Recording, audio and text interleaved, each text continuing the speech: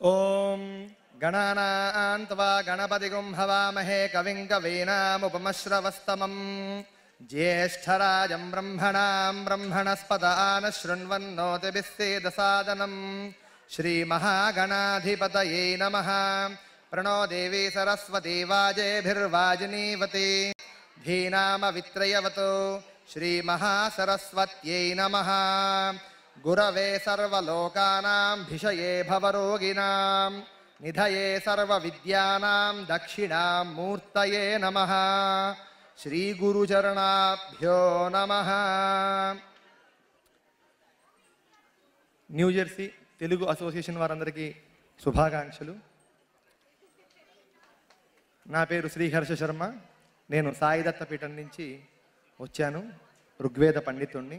వాస్తు జ్యోతిష్యం కూడా చూస్తూ ఉంటాను. పంచాంగ శ్రవణంలో భాగంగా ఇవాళ క్లుప్తంగా కాదు లౌకికంగా పంచాంగ శ్రవణం చేసుకుందాం మనం. ఆల్రెడీ అందరూ వినే ఉంటారు. బట్ ఓం శ్రీకళ్యాణ గుణవహం రిపుహరం దుస్వప్న దోషాపహం గంగా స్నాన విశేష పుణ్యఫలదం గోదానతుల్యం నృణాం ఆయుర్వృద్ధిదముత్తితం శుభకరం సంతాన సంపత్ప్రదం నానాకర్మసు సాధనం సుముచితం పంచాంగమేవాశ్రయేత్. శ్రీ హేవలంబినామ సంవత్సర ఉగాది శుభాకాంక్షలు. పంచాంగ శ్రవణం. పంచాంగ శ్రవణం అనగా శ్రవణం అంటే వినడం, పంచాంగం పఠనం అంటే పంచాంగం గురించి చెప్పడం. అయితే పంచాంగం అంటే ఏమిటి? తిథి వార నక్షత్ర యోగ కరణాలు ఈ 5 భాగంగా పంచాంగం అని పిలుచుకుంటాం.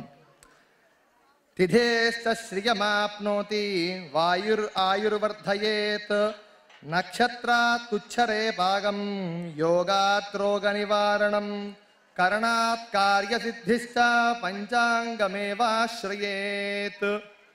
తిథి అనగా శ్రియం గోచరిస్తూ ఉంటుంది, వారము ఆయుష్ గోచరిస్తూ ఉంటుంది, నక్షత్రము పాపాలన్నీ గోచరిస్తూ ఉంటుంది, యోగము యోగాత్ రోగ నివారణం అంటే యమగడియలు, దుర్ముహూర్తాలు, వర్జ్యాలు ఇలాంటివన్నీ చూసుకుంటూ ఉంటాం కదా. యోగాలంటే చాలామందికి తెలియకపోవచ్చు. కరణమన్నగా ముహూర్తంలో భాగంగా చూసే ఒక కరణం, ఒక కార్యాన్ని సిద్ధించడం కోసం కరణం చూసుకుంటూ ఉంటాం. ఇలాగా 5 భాగాలుగా ఉన్నది పంచాంగం. అయితే పంచాంగంలో మనం రాశి ఫలాలు, కాందాయ ఫలాలు, సాముదాయిక ఫలాలని వింటూ ఉంటాం 3 భాగాలుగా. అందులో భాగంగా క్లుప్తంగా కాకుండా లౌకికంగా ఇవాళ మనం తెలుసుకోదగ్గ పంచాంగ శ్రవణంలో మొత్తం మనకి అందరికీ తెలుసు 27 నక్షత్రాలు ఉంటాయని. ఆ 27 నక్షత్రాలకి 4 పాదాలు చొప్పున 27 × 4 అంటే 108 సంఖ్య. చాలామందికి ఈ 108 ప్రదక్షిణాలు ఎందుకు చేస్తామో తెలీదు. ఈ 108కి వెనకాల ఉన్న విశ్లేషత ఇది. అంటే 27 నక్షత్రాలకి 4 పాదాలు చొప్పున 108 పాదాలు చొప్పున 108 ప్రదక్షిణాలు చేస్తూ ఉంటాం మనం. 108 సంఖ్య జపం చేస్తూ ఉంటాం. దీంట్లో భాగంగా చాలామందికి రాశులు అంటే ఆ మేక బొమ్మ, మేషరాశి అంటే మేక బొమ్మ మాత్రమే తెలుసు. కానీ ఆ మేక వెనకాల ఉన్న క్లుప్తాలు వివరాలు తెలియవు. కాబట్టి లైట్గా మీ భాషలో చెప్పాలంటే కొంచెంగా వివరంగా చెబుతాను. ఈ మేక బొమ్మ ఏదైతే ఉందో మనం చూస్తాము పంచాంగంలో, ఇది మనం ఇండియాలో చూసినట్టయితే మన భారతదేశంలో 27 నక్షత్రాలు × 4 అనుకున్నాం కదా. 108 నక్షత్రాలు కలిపి ఒక మాలలాగా ఏర్పడి ఒక మేక బొమ్మని గోచరిస్తూ ఉంటుంది ఆకాశంలో రాత్రిపూట. దాని కారణంగా మనం మేషరాశి, సూర్యుడు ఇప్పుడు మేషంలో ఉన్నాడు అని క్లుప్తంగా చెప్పబడుతుంది శాస్త్రం, పంచాంగం. రవి ఏ రాశిలో సంక్రమిస్తూ ఉంటే ఆ రాశి యొక్క బొమ్మ మనకి ఆకాశంలో గోచరిస్తూ ఉంటుంది క్లియర్గా. దాన్ని బట్టి మేషరాశి, వృషభ రాశి ఇట్లా రాశులన్నీ కూడా పంచాంగంలో చెప్పబడాయి. అయితే ఇప్పుడు మనం తెలుసుకోవాల్సింది ఏంటంటే, ఇప్పుడు ప్రజెంట్ పంచాంగం గురించి. అసలు పంచాంగం ఎందుకు అంటే, ఒక పూజ కానీ ఒక కార్యక్రమం కానీ ఏదన్నా ఒక కార్యం కానీ చేసేటప్పుడు ముఖ్యంగా మనకు తెలుసుకోవాల్సింది సంకల్పం. సంకల్ప బలం ఉండాలి అంటారు పెద్దలు. సంకల్పం అనగా ఏమిటి అంటే ఎక్కడి నుంచి చేస్తున్నాం, ఏం చేస్తున్నాం, ఎందుకోసం చేస్తున్నాం అని చెప్పడమే సంకల్పంలో యొక్క భాగం. అయితే మీ భాషలో చెప్పాలి అంటే ఒక ఉత్తరం లాంటిది. టు భగవంతుడు కార్యక్రమం అయితే, ఫ్రమ్ మీరు సబ్జెక్ట్ మనం ఏదైతే చేస్తున్నామో పూజ, ఆ పూజ గురించి చెప్పడమే సంకల్పంలో యొక్క ముఖ్య ఉద్దేశం. అయితే దీన్ని ఎలాగా అంటే అందరికీ సంకల్పం నాకు తెలిసి కొంచెం అన్నా తెలిసి ఉంటుంది సంకల్పం అనగా. అయినా కూడా నేను వివరంగా చెప్తాను. కలియుగే ప్రథమ పాదే క్రౌంచద్వీపే రమణఖ వర్షే హైందవ వర్షే పశ్చిమ ఉత్తర అమెరికాయాం శ్రీ హేవళంబినామ సంవత్సరే ఉత్తరాయణే వసంత ఋతౌ చైత్రమాసే కృష్ణపక్షే ఏకాదశ్యాం తిథౌ శతభిషా నక్షత్రే. ఇట్లాగా మనం సంకల్పంలో చెప్పుకుంటూ ఉంటాం, అందరూ వింటూ ఉంటారు సహజంగా. అయితే మనకి యుగాల్లో 4 యుగాలు, అందులో కలియుగంలో ఉన్నాం. 4 పాదాల్లో ప్రథమ పాదంలో ఉన్నాం. క్రౌంచ ద్వీపం అని చెప్తున్నాం. ఇండియాలో ఉంటే మనం జంబూ ద్వీపం అని చెప్తాం. ఇట్లా ద్వీపాలు ఎన్ని ఉన్నాయి మొత్తం మనకి అంటే 7 ద్వీపాలు ఉన్నాయి. 7 ద్వీపాలు ప్రపంచవ్యాప్తంగా వ్యాపించి ఉన్నాయి. అందరికీ సంకల్పం తెలుసు కానీ, మనం పూజల్లో చేసుకునే సంకల్పం తెలుసు కానీ మహాసంకల్పం చాలా తక్కువ మందికి తెలుసు. మహాసంకల్పంలో సృష్టి ఎలా సృష్టింపబడింది, ఎన్ని లోకాలు ఉన్నాయి, భూమి ఎంత విస్తీర్ణం ఉంది, అందులో ఎన్ని ద్వీపాలు ఉన్నాయి, ఎన్ని ఖండాలు ఉన్నాయి, ఎన్ని భాషలు ఉన్నాయి, ఎంతమంది రాజులు పరిపాలించారు, పరిపాలించబోతున్నారు, ప్రతి ఒక్క వివరం క్లియర్గా అందులో ఉంటుందన్నమాట. దాన్ని బట్టి మనం అమెరికా వచ్చినప్పటికీ మన సంకల్పంలో ఇక్కడ మనం క్రౌంచ ద్వీపంలో ఉన్నామని చెప్పుకుంటూ ఉంటాం సంకల్పంలో. ఈ సంకల్పం ఎందుకు ఉపయోగపడుతుందంటే పలానా చోట పలానా రోజు పలానా వారు ఈ కార్యక్రమం చేస్తున్నారంటే ఆ ఫలితం మీకు దక్కడం కోసం మనం సంకల్పం చెప్తాం. ఇందాక చెప్పా కదా ఉత్తరంలాగా ఉపయోగపడుతుంది అంటే అర్థం ఏమిటంటే మనం ఎక్కడి నుంచి చేస్తున్నాం. ఇవాళ ఉదాహరణకి ఏకాదశిని చెప్పా కదా ఇందాక సంకల్పంలో భాగంగా. అలాగా ఎప్పుడు చేస్తున్నాం, ఎవరు చేస్తున్నారు, ఎందుకోసం చేస్తున్నారు, ఏం ఆశించి చేస్తున్నాం అని చెప్పి చేస్తే ఆ ఫలితం పలానా వారి గోత్రనామ నక్షత్రాల వారికి దక్కాలని సంకల్పంలో చెప్పడం అనేది జరుగుతూ ఉంటుందన్నమాట. అయితే 7 ద్వీపాలు అనుకున్నాం. 7 ద్వీపాల్లో ఇప్పుడు మనం ఉంది క్రౌంచ ద్వీపం. మొత్తం మనకి 7 ద్వీపాలు ఉన్నాయి. జంబూ ప్లక్ష శాల్మ కుశ క్రౌంచ శాఖ పుష్కరాక్ష 7 ద్వీప ద్వీపితే అనేది ఒక శ్లోకం. దాంట్లో మనం క్రౌంచ ద్వీపంలో ఉన్నాం. అలాగే రమణఖ వర్షంలో ఉన్నాం. మనకి వర్షాలు కూడా ఉన్నాయి. ఇంద్రకశేరుతామ్రగభస్తి నాగ సౌమ్య గాంధర్వ వరుణ భారతేతి నవఖండ మండితే. నవఖండాల్లో మనం ఇక్కడ హైందవ ఖండంలో ఉన్నాం. అలాగే భారత కింపురుషాలావృత కుబేరు భగ శ్వేత హరిహిరణ్మయ శ్వేత మాలాఖ్య నవ వర్షాత్మికే ఇవాళ ఏ వర్షంలో ఉన్నాం. అలాగే సంవత్సరం ఇప్పుడు హేవలంబినామ సంవత్సరంలో అడుగు పెట్టాం మొన్నే. అయితే ఇప్పుడు హేవలంబినామ సంవత్సరం గురించి తెలుసుకుంటూ దాంట్లో భాగంగా కాందాయ ఫలితాలు, నవనాయకుల యొక్క వివరాల గురించి తెలుసుకుందాం. రాజా కుజః, ఈ సంవత్సరం రాజు కుజుడు. అలాగే మంత్రి గురుడు, సైన్యాధిపతి బుధుడు, ధాన్యాధిపతి శుక్రుడు, అర్ఘ్యాధిపతి బుధుడు, మేఘాధిపతి కూడా బుధుడే, రాస్యాధిపతి కుజుడు, నీరసాధిపతి శని. ఇట్లాగా నవనాయకులు నవ కార్యక్రమాల్ని ఈ సంవత్సరం అంతా కూడా దేశమంతా కూడా పరిపాలిస్తూ ఉంటారు. వీటి వివరాల గురించి వెళ్తే కొంచెం ఆలస్యం అవుతుంది, అందుకని క్లుప్తంగా వెళ్ళిపోతున్నాను. తర్వాత హేవలాంబనామ సంవత్సరంలో సాముదాయిక ఫలితాలు అంటే గ్రహణాలు, తర్వాత మనకొచ్చే పుష్కరాలు ముఖ్యమైనవి.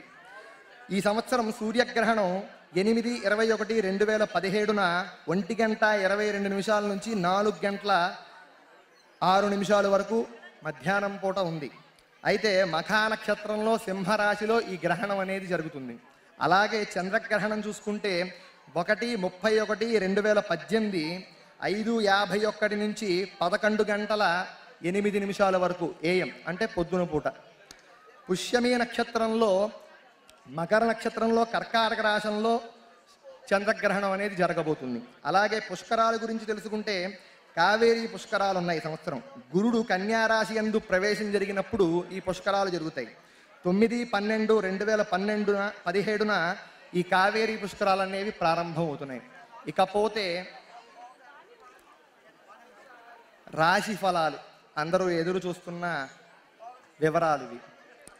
అశ్విని నక్షత్రం 1, 2, 3, 4 పాదాలు, భరణి నక్షత్రం 1, 2, 3, 4 పాదాలు, కృత్తికా నక్షత్రం 1వ పాదం. అంటే ఈ 3 నక్షత్రాలు కలిపి మేషరాశి కిందకు వస్తాయి.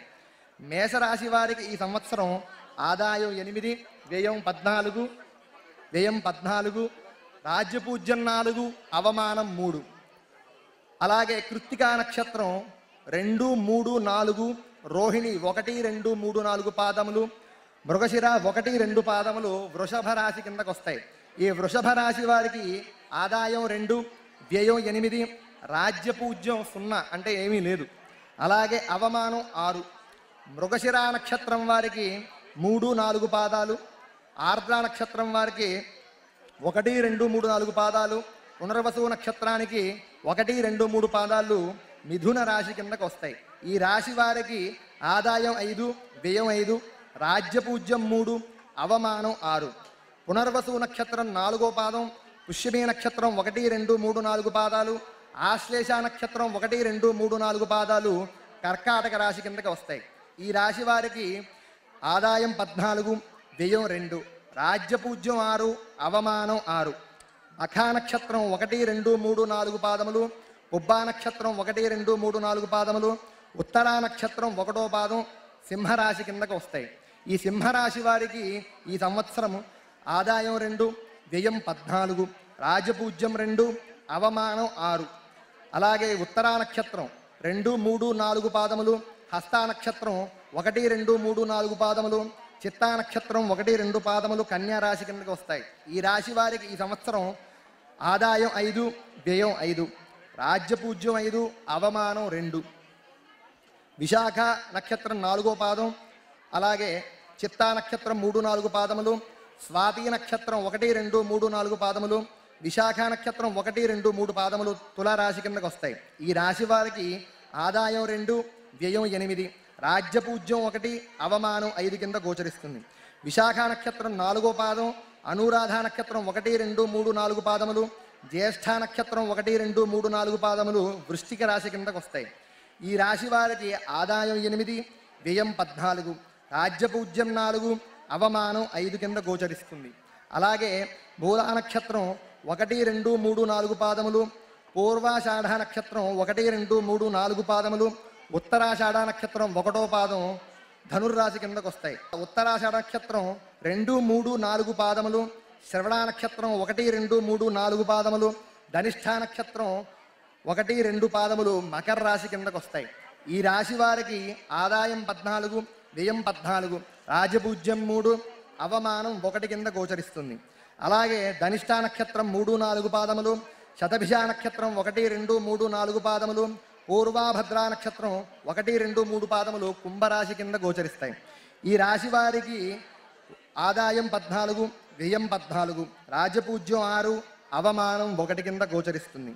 పూర్వాభాద్ర నక్షత్రం 4వ పాదం, ఉత్తరాభాద్ర నక్షత్రం 1, 2, 3, 4 పాదములు, రేవతి నక్షత్రం 1, 2, 3, 4 పాదములు మీన రాశి కిందకు వస్తాయి. ఈ రాశి వారికి ఆదాయం 11, వ్యయం 5, రాజ్యపూజ్యం 2, అవమానం 4 కింద గోచరిస్తుంది. కనుక ఇవన్నీ కూడా అందరూ కూడా వీటిని చూసి లేకపోతే వీటిని దృష్ట్యా ఇబ్బంది పడాల్సిన విషయం ఉండదు. ఇంతకీ వీటిలన్నీ గురించి తెలుసుకున్నప్పటికీ కూడాను ఇవి లగ్న కుండలిలో ఏదైతే ఉందో దాని రీత్యా గోచరిస్తుంది తప్పితే ఇది పెద్ద ముఖ్యంగా తీసుకోదగ్గ విషయం కాదు. ఈ రాశి ఫలాలు ఏవైతే ఉన్నాయో అంటే వీటి దృష్ట్యా భయపడిపోయో లేకపోతే ఇంకోటో అనుకోక్కర్లేదు ముఖ్యంగా. ఎందుకంటే వారి లగ్నంలో కార్యసిద్ధి జరుగుతుందని రాసిందన్నప్పుడు పంచాంగంలో గోచరిచ్చేది స్వల్పమైపోతుంది. అట్లాగా నిర్దేశించబడిన విధానంగా పోవాలి తప్పితే వీటిని దృష్ట్యా వీటిని గుడ్డిగా కూడా పట్టుకొని పోవక్కర్లేదని పంచాంగం సూక్ష్మంగా గోచరిస్తుంది. ఏమన్నా అర్థం కాని వారు ఉంటే వివరంగా మళ్ళీ విడిగా అడిగి తెలుసుకోవాల్సిందిగా ప్రార్థన. కాలాతీతం అవుతుంది. నమస్సుమాంజలి. ధన్యవాదాలండి. ధన్యవాదాలు.